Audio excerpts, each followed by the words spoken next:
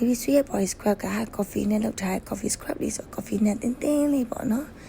သူရဲ့ texture လေးကလည်းအရင်လည်းမကြမ်းအရင်လည်းမနုလွန်တာဖြစ်တဲ့အတွက်ခန္ဓာကိုယ်အသားရည်ပဲနေရာမှာမစိုးအသုံးပြုရအဆင်ပြေပါရဲ့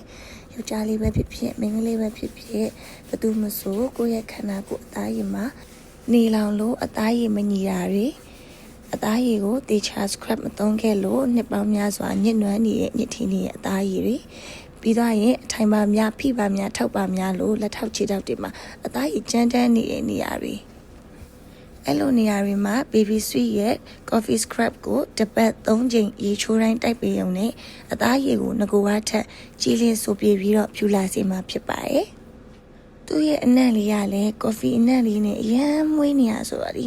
ထက်ဆိုလို့ရှိရင်မတိုက်ရရင်မနေနိုင်ဘူးတိုက်နေရင်လည်းလေ scrub တိုက်တဲ့အချိန်လေးကိုပြီးသွားမှတော့စိုးရိမ်နေရဲ့အသားရည်အတွက်လည်းနုပြိုလန်းဆန်းမှုကိုပေးသလိုစိတ်ကိုပါနုပြိုလန်းဆန်းမှုကိုပေးပါတယ်ခန္ဓာကိုယ်တစ်ကိုယ်လုံးကိုအသားရည်ညညာခြင်းနဲ့ဆိုရင်တော့အရေးကြီးတာက scrub ကိုတစ်ကိုယ်လုံးကိုအသားရည်ပဲနေရာမှာမဆိုနေရာလက်မကျအောင်အသုံးပြုပေးဖို့အရေးကြီးပါတယ်ရှင်ထက်ကတော့စိတ်ရှိရှိနဲ့ခြေပွားလေးတွေခြေပမိုးလေးတွေခြေချောင်းလေးတွေခြေချောင်းကြားလေးတွေအစား scrub ကိုနေရာအနက်တေချာအသုံးပြုပေးပါရဲ့ခန္ဓာကိုယ်တစ်ကိုယ်လုံးမှာရှိရဲ့ဂျိုင်းတင်ပါဒူးရတဲ့နေရာတွေမှာပါအသေးစိတ်သေးချာလေးသုံးပေးမယ်ဆိုလို့ရှိရင်တော့ခန္ဓာကိုယ်တစ်ကိုယ်လုံးမှာအသားရည်မငြိမ်ညာတဲ့နေရာအသားရည်ပျက်စီးတဲ့နေရာဆိုတာမရှိတော့ဘူးပေါ့နော်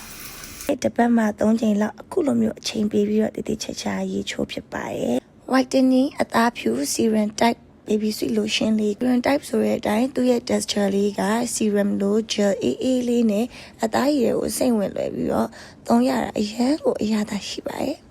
ကဲကြည့်နေကြရနော်၄ဘူးယူရင်တဘူးလက်ဆောင်ဘူး100ယူလို့ရှိရင်ဘူး20တောင်လက်ဆောင်ပေးသေးရဆိုတော့သုံးဆွဲတဲ့သူတွေရောပြန်ရောက်ချင်တဲ့သူတွေအတွက်ကောအရန်ကိုအဆင်ပြေတဲ့ local product လေးဖြစ်ပါရဲ့ရှင်